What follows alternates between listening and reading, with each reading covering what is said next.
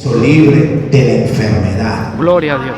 Cuando el amor del Señor Jesús viene a nuestras vidas, a nuestro corazón, verdaderamente somos libres de muchas cosas. Amén.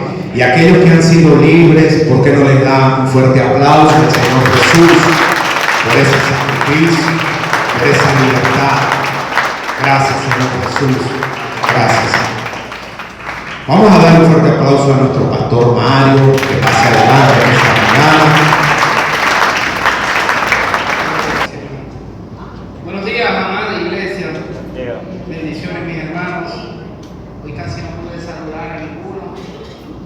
Bueno, estamos haciendo cosas pertinentes en esta mañana.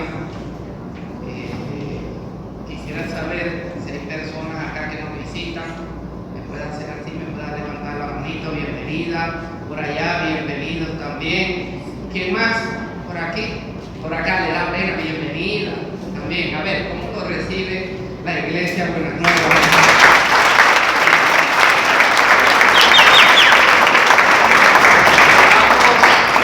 Estamos contentos, estamos agradecidos con Dios de que ustedes puedan estar en este lugar, de que ustedes puedan compartir con nosotros este tiempo. Y yo sé que nos irá igual que como llegaron. Dios había determinado este día para compartir con ustedes, darles a ustedes, regalarles un tiempo especial con Él. ¿Para qué? Para que ustedes pudiesen de ahora en adelante poder experimentar cosas nuevas, hermosas y maravillosas que Dios había determinado dárselas exclusivamente a ustedes que están hoy acompañándonos en esta mañana. Amén. Así que si usted, quien nos visita, lo cree, pues diga amén y prepárese para recibirlo. Yo, de mi parte, oro al Señor para que el corazón, tanto de estas personas que nos visitan como de cada uno de nosotros, Dios lo vaya trabajando y sea un corazón hoy afable, moldeable, que pueda, que tenga la capacidad de recibir lo que Dios quiere compartirnos en esta mañana. ¿Sí? A ver, ¿dónde está la flamante directora de la escuela dominical que no la veo? Está afuera. No me dijeron hasta qué edad van a salir los niños hoy. ¿No? ¿Se quedan con nosotros? Bueno, se van a quedar quietecitos. Quietecitos, ¿verdad? En silencio, vamos todos a prestar mucha atención. Y entonces, en el nombre de Jesús, vamos a arrancar. ¿Qué le parece si inclinamos nuestro rostro, cerramos nuestros ojitos para no distraernos y le damos gracias a Dios? Padre, en el nombre de Jesús, en esta mañana venimos delante de ti, Señor, como iglesia, como familia, Dios. Agradecido primeramente porque podemos reconocer que a pesar de los problemas, enfermedades, obstáculos, Señor, a pesar a veces de la escasez, de dificultades, Señor, a pesar de que el estrés, la ansiedad, los pensamientos, Señor, pretendan venir a nosotros para doblegarnos, para derrotarnos, Señor, para tirarnos al suelo como quien no tiene esperanza. Tú, mi Señor, has sido esa luz que ha brillado, que nos ha sostenido, Señor, que aun cuando hemos tropezado y hemos caído, tú nos has ayudado a levantar, a seguir adelante, Señor. Cuando no sabíamos de dónde sacar, tú trajiste provisión y no nos has dejado pasar hambre, Señor. Por ti, Señor, tenemos un techo, por ti tenemos que vestir, por ti tenemos cómo preparar a nuestros hijos para un futuro. Eres tú, Señor, el que has estado allí silenciosamente, Señor. Y nosotros a veces ni te notamos, Dios, pero hoy queremos agradecerte y agradecerte en especial por esta mañana.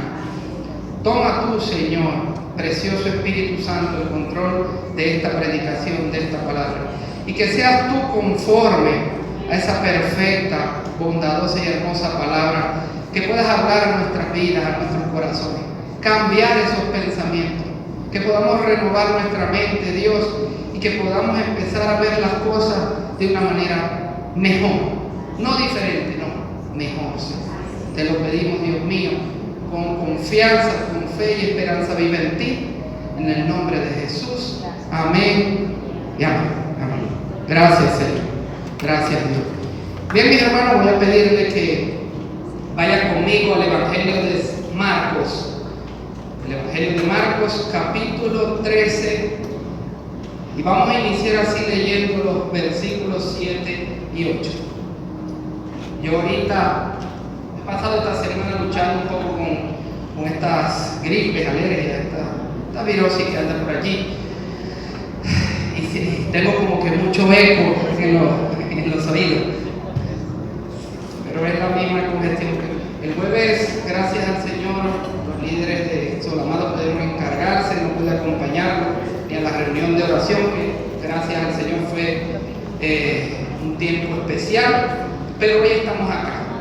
Hoy Dios ha permitido que estemos acá y bueno, cumpliendo lo que Él espera de cada uno de nosotros. Yo quisiera que habláramos brevemente, mis hermanos, sobre algo que está ocurriendo hoy en día, no solo en Venezuela, sino a nivel mundial. Nosotros, los que vemos noticias, y aún los más jóvenes que quizás no se ponen a prestar atención a las noticias, pero escuchan en la calle también, hay ahorita guerras. Israel ahorita está en guerra, Rusia está en guerra, los Estados Unidos también están involucrados en algunas guerras, hay otras personas que amenazan con guerra, y aún acá cerca Colombia mantiene una guerra silenciosa pero constante con los guerrilleros. Nosotros mismos los venezolanos a veces también hemos tenido embates o consecuencias de estas mismas guerras. Y también es cierto, y es lo más notorio, pues que recientemente Venezuela sufrió una tragedia terrible en cuanto a estos terremotos. Gracias al Señor han sido más las cosas buenas que las malas. Sí se han perdido vidas, sí se han perdido hogares, sí ha habido mucha gente lastimada, mucha gente que ha perdido un miembro de su cuerpo, un brazo, una piernita. Hemos visto o escuchado casos de incluso bebés. Han sido cosas fuertes que se han vivido, pero también hemos visto la misericordia, la empatía del venezolano, las ayudas, y nosotros nos hemos unido a eso, y nos falta mucho por hacer, porque aún esta próxima semana hay muchas cosas que seguir haciendo para ayudar a estas personas. Pero les hablo de esto, amados, de guerras, de terremotos, porque he estado escuchando que mucha gente se pregunta ¿por qué Dios permite que ocurran estas cosas? ¿Por qué Dios, si se dice que es bueno, estas cosas ocurren? ¿Por qué Él las deja que pasen? ¿Por qué? Y me asombra muchas respuestas que la gente da, pero voy a enfocarme en la de personas que se identifican como cristianos y dicen sencillamente es que Venezuela es un país de mucha idolatría, es un país lleno de pecado, es un país que ofende mucho a Dios, es un país que no ha querido aceptar que Cristo es el verdadero patrón de los venezolanos. Todo eso es verdad, pero el hecho de que eso sea una realidad no quiere decir que sea el origen de todo.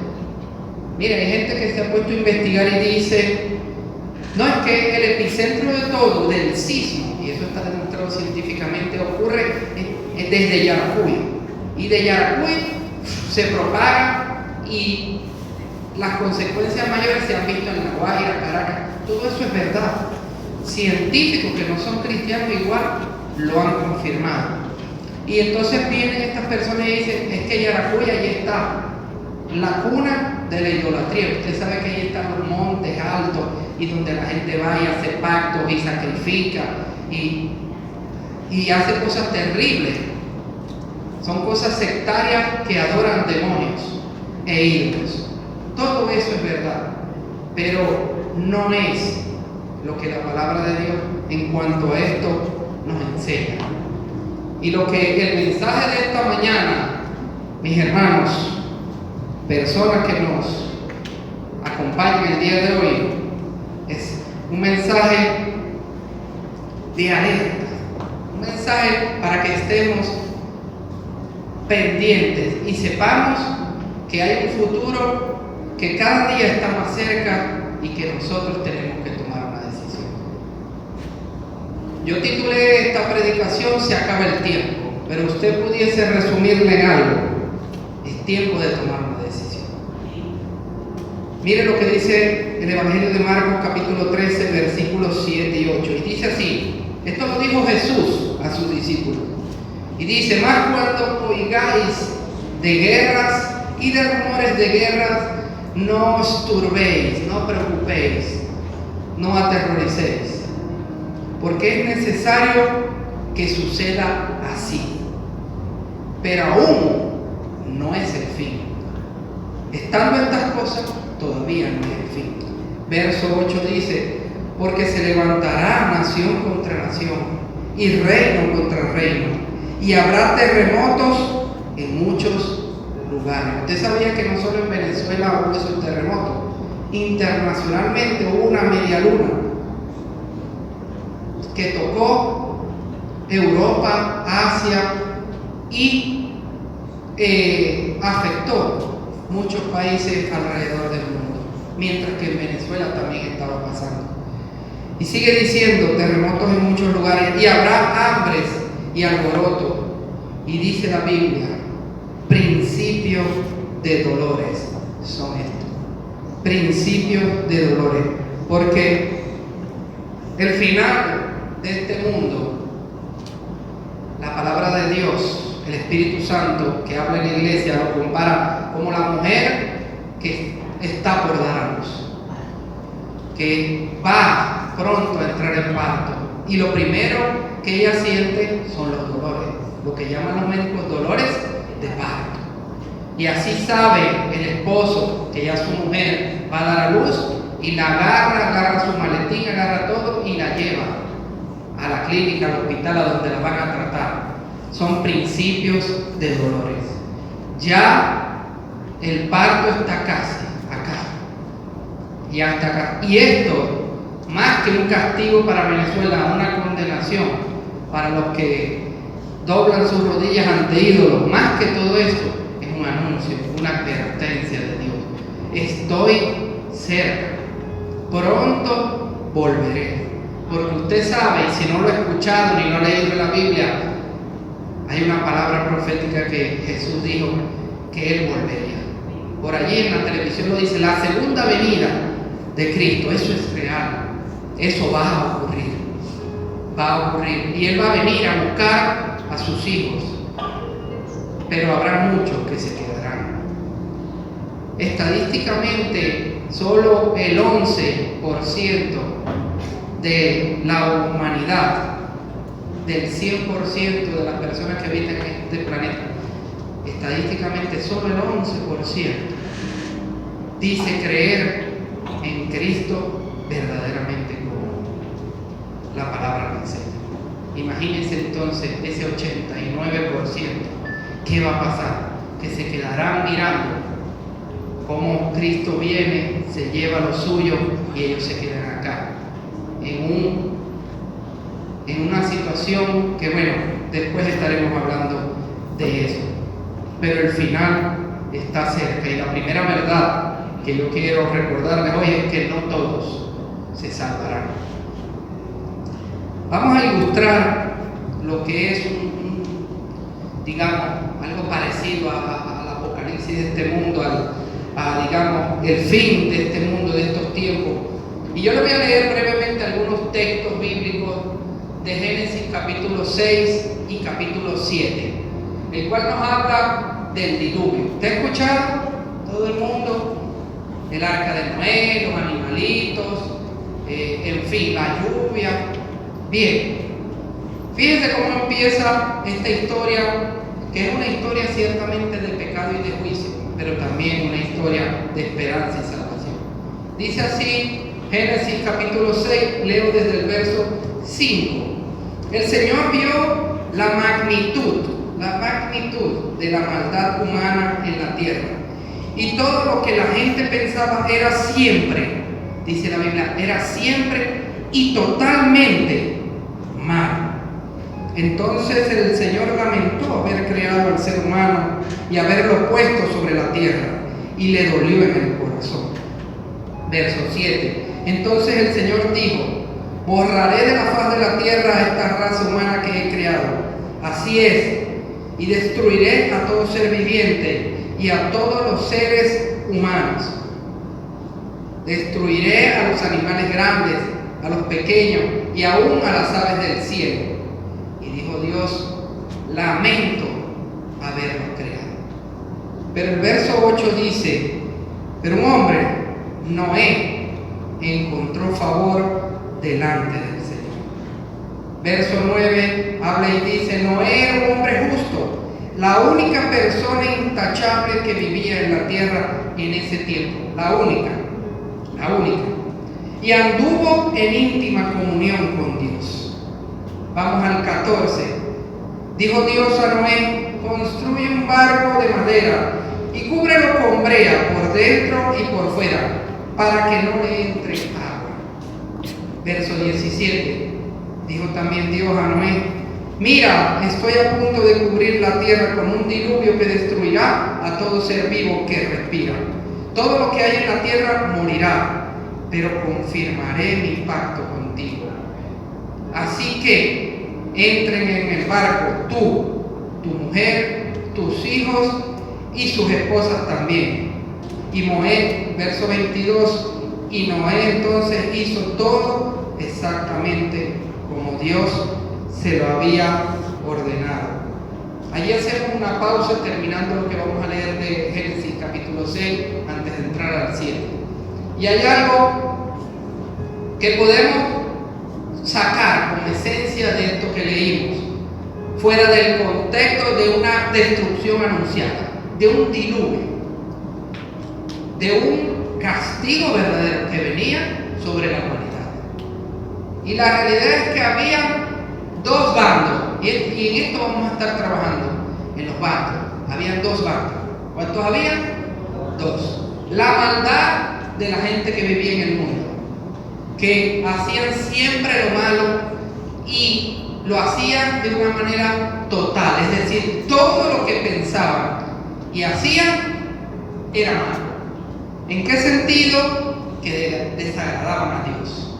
Desagradaban. Esta gente hizo muchísimas cosas que por tiempo no se las detallo, pero eran cosas terribles, cosas blasfemas, herejías tremendas. Hacía esta gente. Y había otro bando en el que había una sola persona.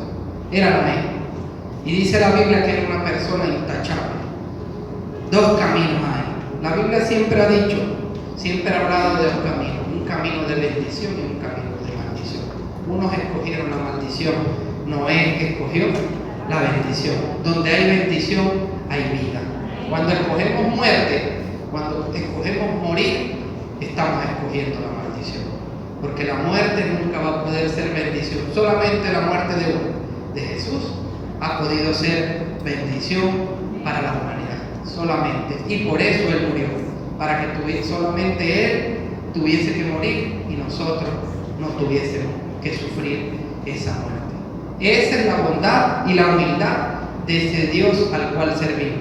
Que nosotros hoy le servimos, pero nunca llegaremos a servir como Él nos sirvió una vez a nosotros, dando su vida por nosotros, hermano. Y entonces tenemos esto, pero hay otra cosa importante, que Noé, siendo el único intachable, no solamente él le dice a Dios que suba al arca, que suba al barco para salvarse. Él le dijo que subiera junto con quién, con su esposa, con sus hijos y aún con las esposas de sus hijos. Porque debemos recordar algo: Dios anhela más que salvar personas, Él anhela salvar familias. Dice la Biblia, Pablo lo predicaba y lo decía: cree tú y tu casa serán salvos. Porque cuando hay uno en el hogar que cree, la salvación se instala en ese hogar Y tarde o temprano, según el propósito y el tiempo perfecto de Dios, esa salvación va a alcanzar a los demás. Cuando uno como padre ha creído en Jesús, puede guiar, influenciar positivamente a sus hijos a que puedan transitar por ese camino también. Pero no depende de él, depende de la decisión de sus hijos y la obra del Espíritu Santo que hagan ellos.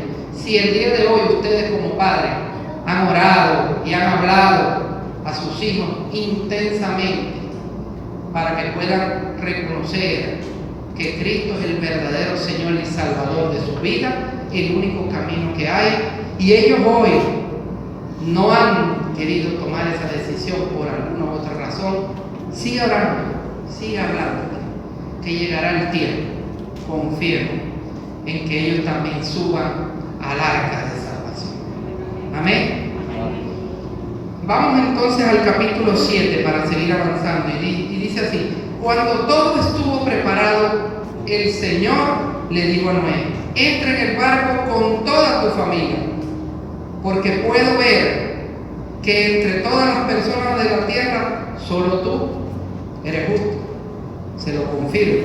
Verso 4: dentro de 7 días, dice Dios, haré que descienda la lluvia sobre la tierra, y lloverá durante 40 días y 40 noches, hasta que yo haya borrado de la tierra a todos los seres vivos que he creado. Qué tremendo, ¿no?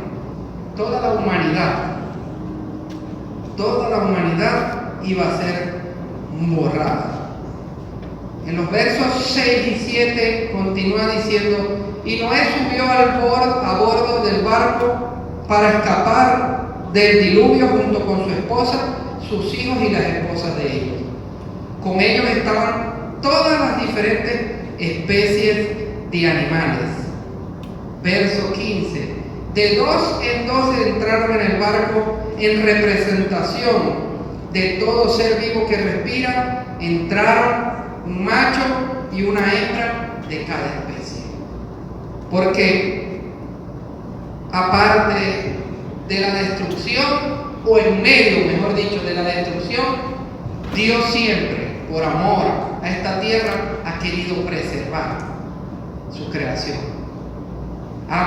Llámese personas, seres humanos, que lo hizo en Noé y su familia, o llámese animales, por lo cual hizo entrar 2 animales de cada especie, un macho y una hembra. ¿Por qué macho y por qué hembra? Para que pudiesen volver a procrear, ¿verdad que sí? Y es que así está establecido desde el principio: un hombre y una mujer, para que puedan formar una familia y tener descendencia. Esa es la única, no hay más opción, la única estructura familiar que Dios determinó: un hombre con una mujer. Todo lo demás lo ha inventado el ser humano. Todo lo demás no es aprobado por Dios. Cuando creó a Adán, después no creó a Pepe ni a Juancho. Él creó a una mujer, a Eva. Y dice la Biblia que los bendijo, los casó y les dijo: lideren esta creación y tengan descendencia. Ese es el mandato que le dio Dios a la familia. Pero lamentablemente el mismo Satanás ha querido desvirtuar, pervertir y destruir el propósito de las familias en esta tierra. Pero ya eso es otro tema, otra tela que cortar. Y dice: macho y hembra de cada especie, tal como Dios se lo había ordenado a Noé. Luego el Señor cerró la puerta detrás de ellos. Fíjese bien, Dios al entrar al arca cerró la puerta detrás de ellos. Va a llegar un momento, mis hermanos, personas que hoy están acá con nosotros y nos escuchan, va a llegar un momento en que la puerta se cerrará, donde no va a haber más tiempo, donde tú verás que la cosa se puso fea y ahora sí vas a querer acercarte a Dios, pero ya no va a haber tiempo. porque ya la tierra, ya la puerta estará cerrada. Imaginen a las personas que veían a Noé por tantos años, lo vieron envejecer y dedicar su vida únicamente a construir esa área, porque eso se creó en muchísimos años, eso no lo hizo en una semana. Toda una vida dedicada a construir esa área. Y la gente se burlaba, porque la gente no sabía qué era la lluvia. No había llovido nunca en la tierra. Y la gente se burlaba de Noé cuando él les decía, viene mucha agua y esto va a ser lo que nos va a salvar. Y la gente se burlaría, lo menospreciaría. El loco de la ciudad, Noé. Y cuando se cerraron esas puertas y empezó la lluvia a caer y empezó el agua a subir y aquellas personas corrieron a darle golpe, ábrenos, ábrenos, ábrenos. Noé, aunque quisiera, no les iba a poder abrir, porque la puerta, quien la había cerrado, era Dios. Dios había cerrado la puerta. Ya no había tiempo. Hay dos parábolas que Jesús contó y en la cual él explicaba cómo esto iba a estar ocurriendo en el final. Una se llama la parábola de las 10 vírgenes. Habían 10 vírgenes. 5 eran vírgenes prudentes y 5 eran vírgenes insensatas. Estas 10 vírgenes estaban esperando al marido que iba a llegar en cualquier momento al hogar para empezar a celebrar las bodas. Y las vírgenes debían tener lámparas con la luz encendida hasta que el marido llegara para poder alumbrar el camino del marido y lo que tenía que ver con el ritual de bodas. Pero las vírgenes, 5 tenían aceite suficiente y 5 apenas tenían para medio durar. Todas las vírgenes, las 10, se quedaron dormidas, las prudentes y las insensatas. Y cuando se despertaron, porque les anunciaron, ya viene pronto, ya viene llegando el marido, las 5 vírgenes que tenían aceite estaban tranquilas, porque tenían aceite suficiente para cumplir con el ritual. Pero las otras 5 no. Ya el aceite estaba por terminarse y sabían que no les iba a alcanzar.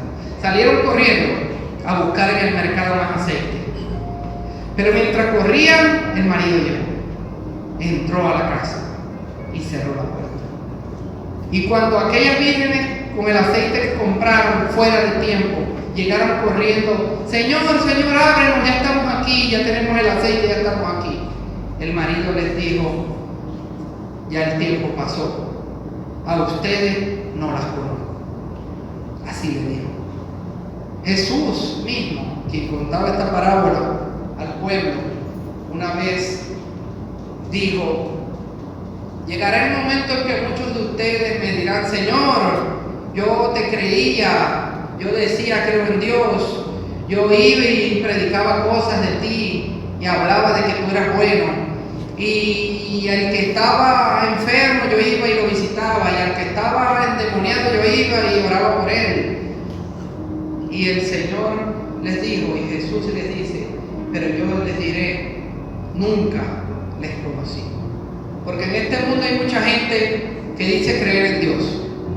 La mayoría de las personas dicen yo creo en Dios. Pero una cosa es lo que dicen y otra cosa es lo que hacen y cómo viven. ¿Cómo sabes tú quién vive como quien cree en Dios? Por sus frutos. Jesús decía, por sus frutos los conoceréis. Todo buen árbol da buen fruto y todo árbol malo da frutos malos. Un árbol malo no puede dar buenos frutos y un árbol bueno no va a dar malos frutos. Por sus frutos les conoceréis.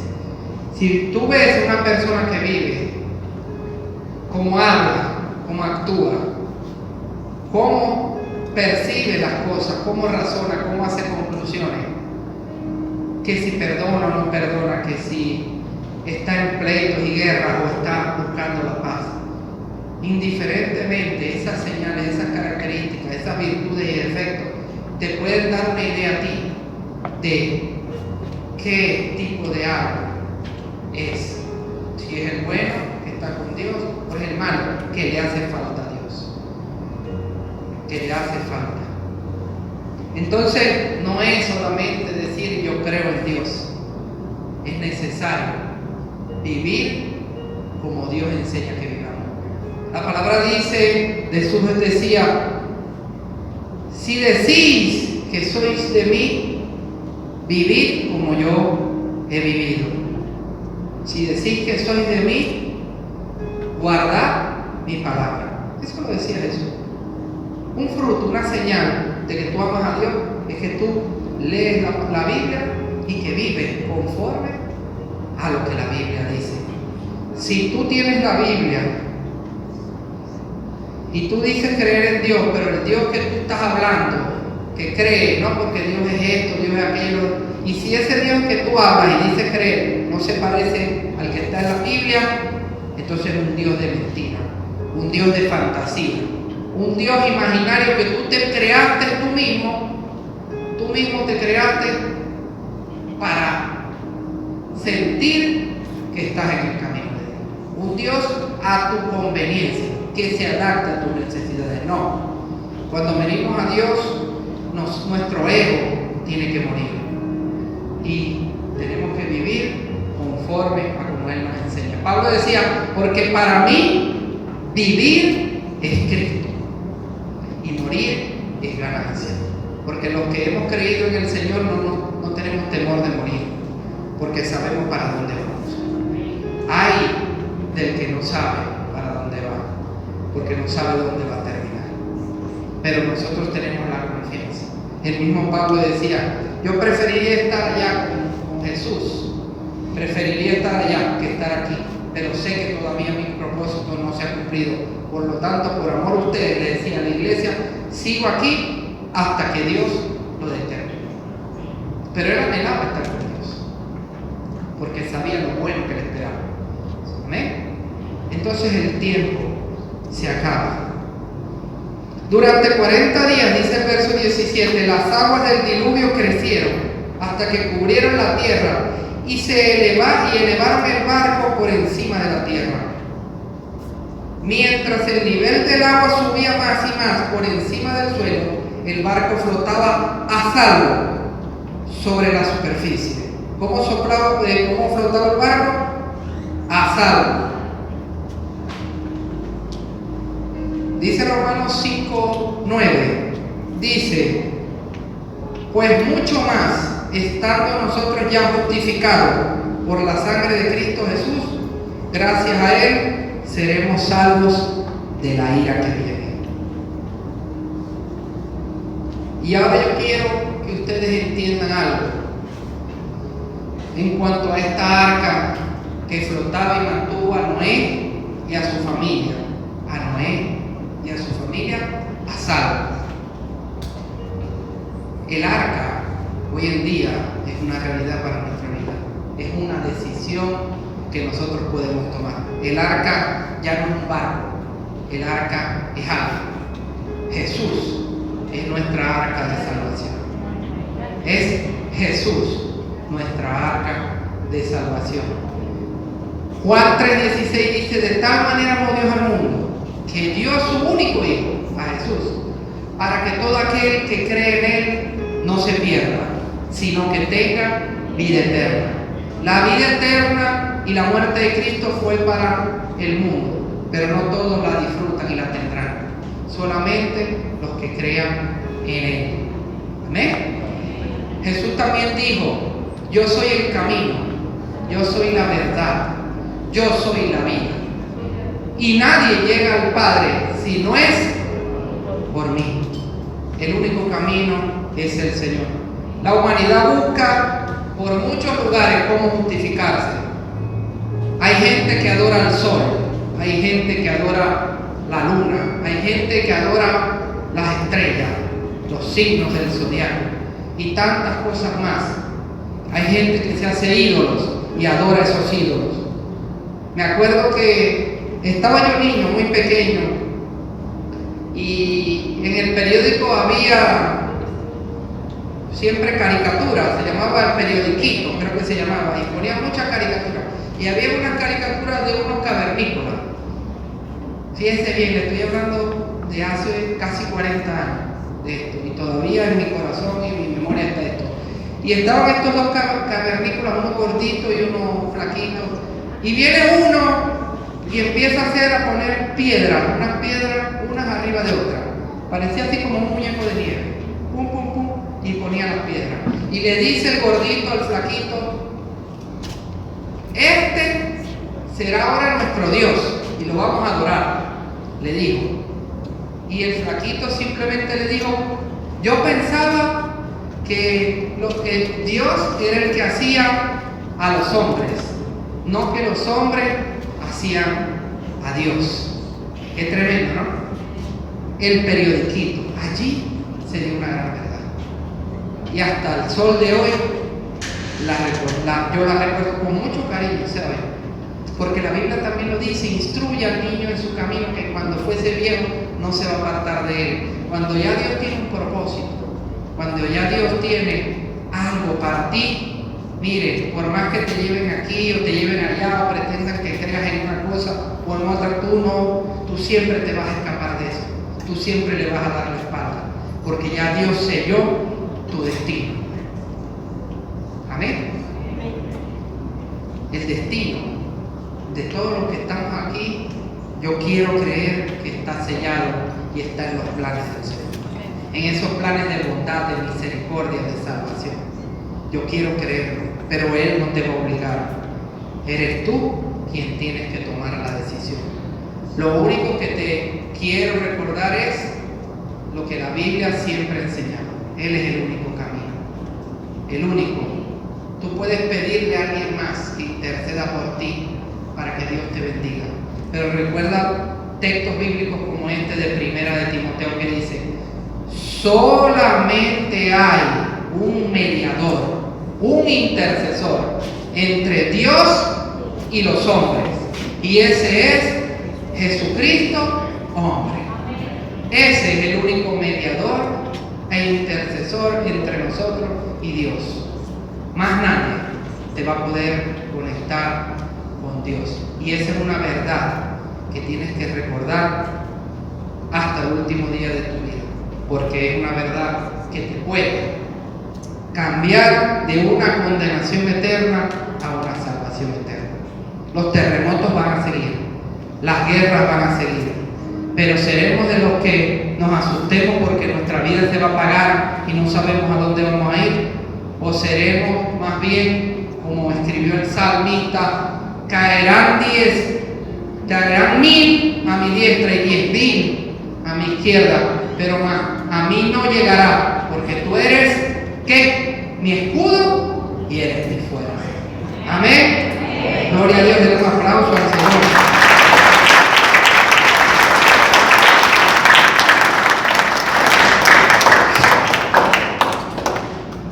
Verso 19 dice: finalmente el agua cubrió todas las montañas más altas de la tierra. Una de las montañas más altas de la tierra dicen que es el Everest, a cientos de kilómetros de la superficie, y todo eso el agua lo cubrió. Verso 20: elevándose casi 7 metros por encima de las cumbres más altas. Gracias, hermano. Muchas gracias, hermano. Verso 22 dice: Dios borró de la tierra a todo ser vivo, las personas, los animales que corren por el suelo y las aves del cielo. Todos fueron destruidos. Las únicas personas que sobrevivieron fueron Noé y los que estaban con él en el barco, es decir, su familia. Y las aguas del diluvio cubrieron la tierra durante 150 días. Hasta allí los vamos a dejar. Hasta allí los vamos a dejar. Hay otra parábola, para ir avanzando con este tema, que se llama la cena. en la cual había un hombre que le dijo a su siervo: ve e invita a todos mis allegados, mis vecinos, mis personas de confianza, invítalos y diles que tengo una cena preparada para que vengan y me acompañen. Y cuando el siervo fue a invitar a las personas dijeron, una le dijo: ay, yo me acabo de casar, yo no puedo ir. La otra dijo: yo me acabo de comprar un terreno y lo tengo que cuidar, discúlpame, no puede ir. Y el otro venía y le daba una excusa, y el otro le daba otra excusa. Y muchos se excusaron.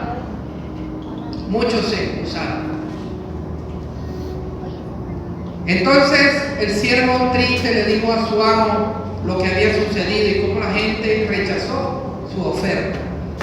Y el amo fue y le dijo: bueno, ve y invita a los pobres, a los necesitados, a los hambrientos, invita a esa gente que necesita y tráelo acá y que vengan y coman. Y el siervo lo hizo y vinieron, pero eran pocos, él tenía mucho lugar. Así que le dijo: vuelve a ir y busca por las plazas, busca por los campos, busca todo el que consiga, agárralo, insísteles en que vengan y nos acompañen a cenar. Y así el siervo lo hizo y fue y dio el mensaje y la invitación, y muchos llegaron. Y después que llegaron, el hombre dijo: porque ciertamente los que yo convidé, a los que yo llamé y se excusaron y me rechazaron, no van a degustar de esto que yo he preparado. ¿Saben por qué Jesús contó esta parábola? Porque hubo gente, judíos en esa época, que estaban sentados a la mesa con Jesús, hablando ciertas cosas, y vino uno y le dijo: ¿sabes qué? Bienaventurado debe ser el que coma pan en el reino de Dios. Y verdaderamente es así. Pero entonces, si Dios te está invitando a comer pan y tú te vas a excusar, Dios va a buscar a otros. Él no va a dejar que esa cena se pierda. Él va a tocar tu puerta. La Biblia dice: he aquí yo estoy a la puerta y llamo. Si alguno escucha mi voz y abre la puerta, entraré a él y cenaré con él. Apocalipsis 3:20 lo dice. El Señor está a la puerta. ¿Qué vamos a hacer? ¿Nos vamos a excusar o vamos a aceptar la invitación? ¿Qué vamos a hacer? Todos hemos visto la crucifixión de Jesús, aunque sea en las películas, lo hemos imaginado, hemos soñado con eso, lo hemos leído en la Biblia. Y Jesús, ¿verdad?, estaba en medio. Habían 3 cruces. Jesús estaba en medio.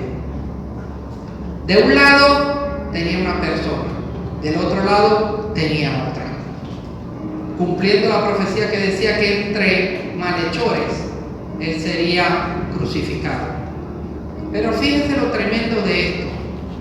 Las 2 personas que estaban a los lados de Jesús, ambos eran criminales, ladrones, asesinos.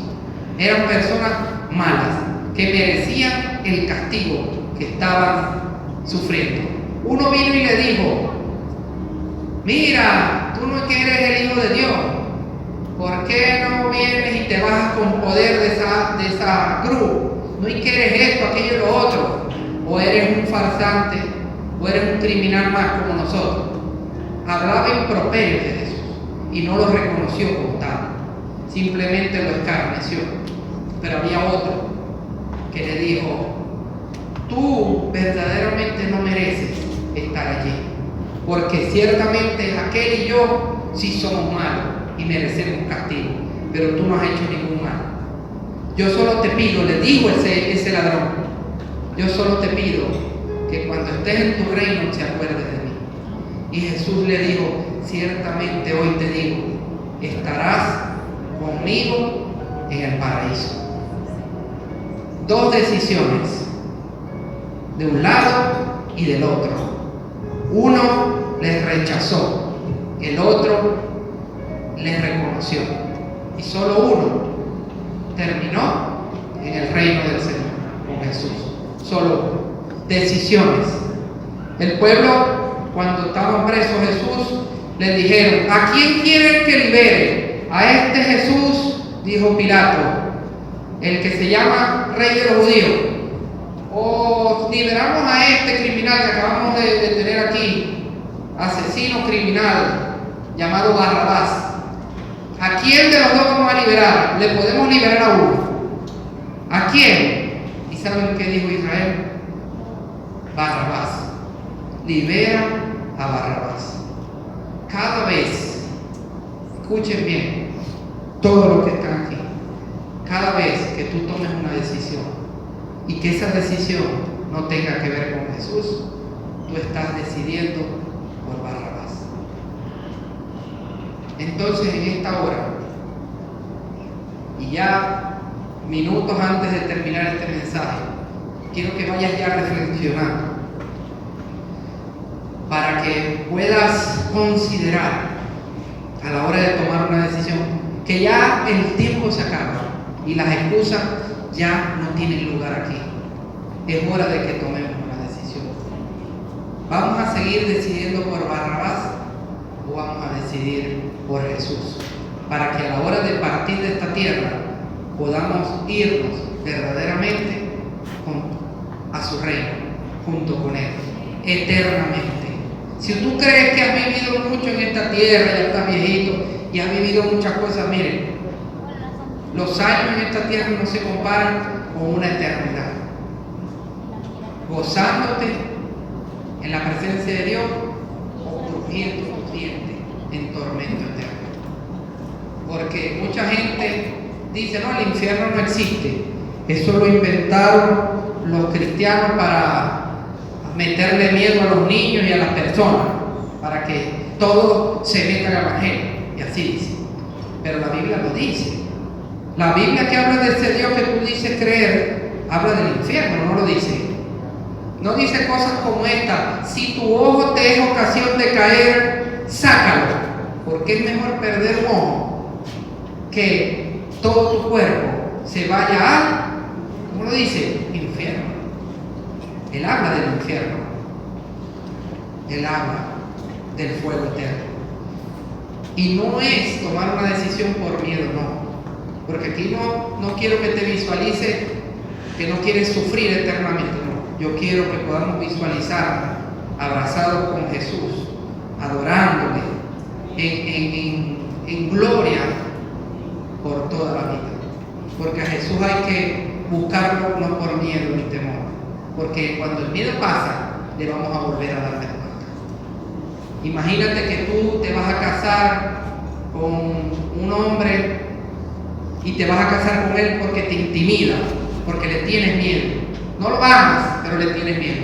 Vas a estar con él y puedes estar años, pero un día te vas a hartar. Vas a cobrar valor, vas a perder el miedo y te vas a ir. Te vas a escapar de él. Así funciona esto también. Si no hay amor, si no hay un lazo duro, fuerte, irrompible, que es el lazo del amor, se va a acabar la relación. Así que con Dios, para iniciar una relación, tiene que ser con amor. ¿Cómo? Con amor. Isaías 55, verso 6 dice: buscad a Jehová mientras pueda ser hallado, llamadle en tanto que Él está cerca. La puerta se va a cerrar algún día y ya no va a haber más oportunidad para que tú puedas decirle: sí, te creo, sí, Señor, yo voy verdaderamente a creer en ti, yo voy a creer en ti. Ahora, ¿cómo voy a creer? La Biblia nos enseña que el justo por su fe vivirá. ¿Qué error comete muchas veces la gente? Que la gente no cree por fe, sino por lo que ve, por lo que escucha, por sentimientos. Recuerdan que de los 12 apóstoles había uno que llaman el apóstol incrédulo, Tomás. Todos creían que Jesús resucitó, menos Tomás. Y le decían a Tomás: caramba, Tomás, pero sí lo vimos, resucitó. Y él decía: no, yo no creo. Y estuvo con Jesús, lo seguía, era íntimo con él. No, hasta que yo no lo vea con mis propios ojos, y le vea el hueco de los clavos en la mano y aún meta el dedo en la mano, yo no voy a creer que él está vivo. Tremendo incrédulo era Tomás. Incrédulo increíblemente. Y viene Jesús y se aparece a él delante de todos. Y le habla a Tomás, aquí estoy. Vas a meter el dedo. Y Tomás lo viene, Señor mío, ahí sí. Señor mío eres tú, Dios mío eres tú. Ahí sí, creyó. Ahora sí creo que tú has resucitado, le dijo. Y Jesús, ¿sabe qué le dijo? Bienaventurado Tomás porque creíste, pero porque viste. Pero más bienaventurados serán los que sin ver, ese es usted y yo, los que sin ver creyeron. Porque no es por vista. La Biblia dice, porque no andamos por vista, sino por fe. Y la Biblia también dice que la fe, la verdadera fe, es la certeza de lo que esperamos y es la convicción de lo que incluso no podemos ver. Nosotros sabemos que Dios existe y nunca hemos visto a Dios. Ellos por lo menos lo vieron en ese tiempo, los apóstoles. Jesús decía, ¿ustedes quieren conocer al Padre Celestial? Bueno, el que me ha visto a mí, ha visto al Padre, decía. Y la Biblia también dice que en Él habitaba toda la plenitud de la deidad. Él era la imagen visible de un Dios invisible. Ese era Jesús. Y ellos por lo menos a Él lo pudieron ver, pero nosotros no. Nosotros no sabemos cómo era Jesús. La gente lo pinta en cuadros y en cosas. Y bueno, una persona de pelo castaño, ojitos verdes, tenía barba. Ese es un estereotipo, ese no es Jesús. La gente de ese tiempo era así, delgada, tenía medio definición de musculatura porque ellos trabajaban mucho las cosas manuales. La carpintería, la herrería, la albañilería, y eran todos así. Todos tenían barba, todos tenían ese cabello. El pelo más largo, sí, eran trigueños de piel. Entonces, tomando esa referencia, hicieron un estereotipo de Jesús. Algunos lo hacen con los ojos tristes, otros lo hacen más contentos. Se han atrevido incluso en obras de teatro a hacer un Jesús afeminado. Muchas son las manifestaciones artísticas, entre comillas, de un supuesto Jesús. Ese no es Jesús. Nosotros no hemos todavía conocido a Jesús, pero tenemos la esperanza de que le veremos cara a cara. Cara a cara le veremos. Y ahí sabremos lo equivocados que estaban esos pintores y esos escultores de lo que era la imagen gloriosa de nuestro Cristo amado. No es por vista, no es por lo que creemos, es por fe. Es por fe. Si tú crees por lo que ves, pues entonces eso no es fe y eso no va a ser duradero. ¿Sabe por qué Dios dejó de hacer? Yo se los había dicho, dejó de enviar fuego del cielo, como dice la Biblia, dejó de abrir el mar, como ahí en la Biblia cuenta que Él lo hacía. ¿Por qué dejó de hacer todas esas señales milagrosas y poderosas? Porque ya ese tiempo de mostrar y de que la gente viera con los ojos terminó. Y estamos en el tiempo en el que tenemos que creer sin ver. Ese es el tiempo que nosotros vivimos, el tiempo de la fe. Israel salió de Egipto, vio el mar partirse, vio que una nube de fuego lo calentaba en las noches en el frío desierto, vio que del mismo cielo caía el maná, pan caía para que se alimentara. Eso lo vio Israel. Israel, esa primera generación, murió en el desierto y no entró a la tierra prometida, que era la ilustración de la vida eterna. No entró. Ellos vieron, pero no entraron, porque no creyeron en el Dios que los había libertado de Egipto. Entonces no garantiza que tú tengas que verlo. Y otra cosa más, y ya para terminar, lo que tú hagas, tus obras no se confundan con frutos, con estilo de vida, con lo que manifiestas, no. Tus obras tampoco te van a salvar. Que yo doy mucho dinero para la iglesia, que yo le doy mucho dinero a los pobres, que yo les doy comida, que yo les regalo ropa, la ropita, que yo contribuí allá en Caracas, doné para los del terremoto. Yo soy buena persona, que yo no he matado a nadie, que yo no robo, que yo casi no digo mentiras. Y empezamos a decir, yo me voy al cielo porque yo soy así, yo soy una buena persona, yo no soy asesino. ¿Sabe qué dice la Biblia? Efesios capítulo 2, versículos 8 y 9. Dice, porque por gracia sois salvos, por medio de la fe. Y esto no es una fe que nace de ustedes, pues es una fe que es un don de Dios. Y cierra y dice, no por obras, para que nadie se gloríe. Yo estoy aquí, yo soy salvo aquí, estoy aquí en el reino de los cielos porque yo hice muchas cosas. No. Nos merecemos, todos los que estamos aquí, ¿sabe que nos merecemos? Castigo eterno, porque todos somos pecadores. Y merecemos una condenación eterna, esa es la realidad. Pero Dios nos amó tanto que aún mereciendo lo peor, murió por nosotros. Y nos dio una alternativa. Romanos 5:8 dice, Dios muestra su amor para con nosotros, en que aún siendo pecadores, Cristo murió por nosotros. Qué tremendo. Y todavía tenemos el descaro de decir, yo prefiero Barrabás. Yo prefiero Barrabás. Entonces hoy, antes de que oremos, les planteo esta pregunta. La Biblia dice que hay dos caminos, el camino de la bendición y el camino de la maldición. Deuteronomio capítulo 28, si usted quiere, en su casa lo busca y lo lee. Y dice, si tú escoges el camino de la bendición, todas estas bendiciones te alcanzarán. Pero si por el contrario escoges el camino que te dé la gana a ti, el camino de la maldición, pues todas estas maldiciones te alcanzarán. Escoge un camino. ¿De qué lado de la cruz de Jesús vas a estar? ¿Del que lo atacó o del que lo reconoció? Es la pregunta que hoy te hago. Allí donde está, vamos a inclinar nuevamente nuestro rostro y vamos a hacer una oración. Si se quieren poner de pie, perfecto, mejor todavía. Pero lo importante es que en reverencia podamos escuchar esta oración, podamos cerrar nuestros ojos para no distraernos.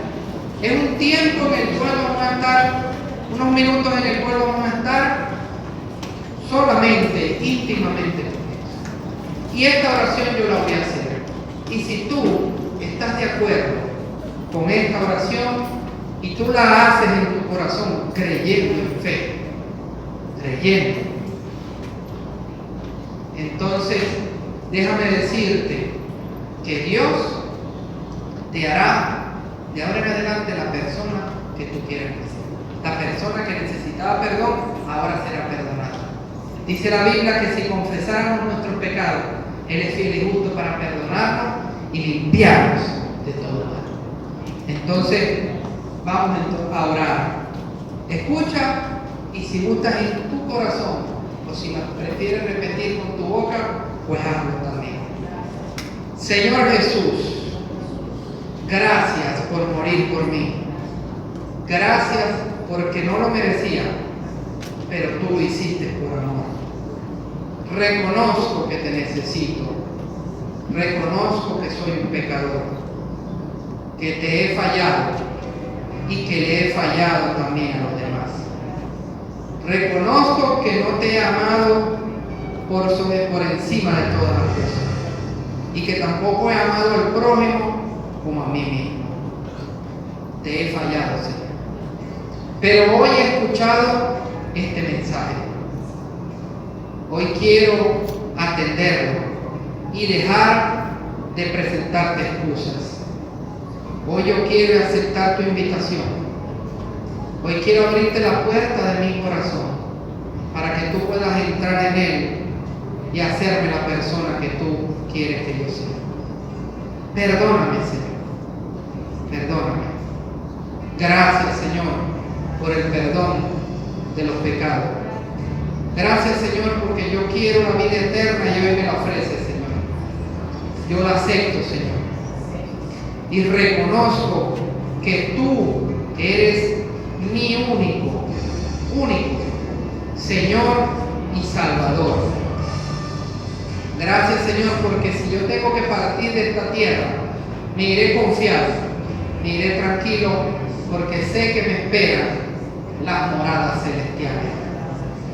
Gracias, Jesús, por tu bondad, por morir y resucitar, porque tú con tu resurrección permites que yo algún día pueda resucitar también para vida eterna.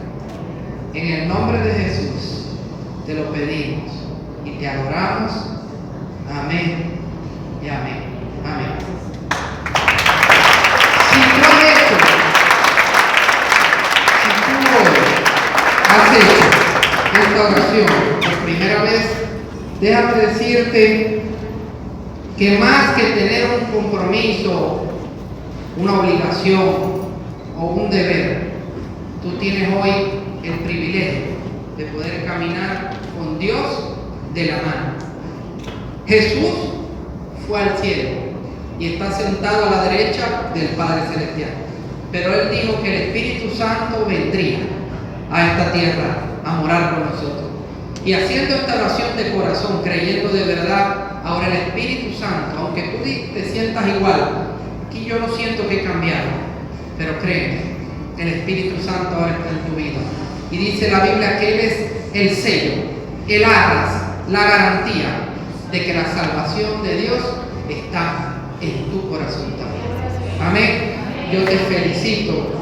Yo de verdad me contento por las personas que hoy nos visitaron, porque yo sé que han atendido este mensaje. Amén. Dios les bendiga.